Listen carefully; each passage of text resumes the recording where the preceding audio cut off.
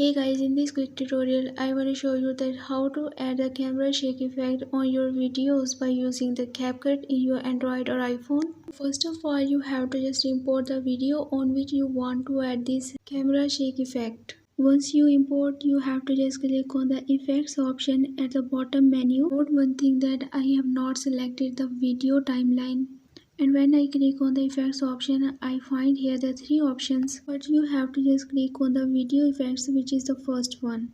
So after a small processing, you will find here a lot of the effects, but you have to just click on the trending tab, and in the trending tab at the third number you will find the camera shake effect. Just click on it and it will be applied to your video, and you can see that it is here. Now in order to adjust it to your whole video, then you have to just drag it to the end of the video.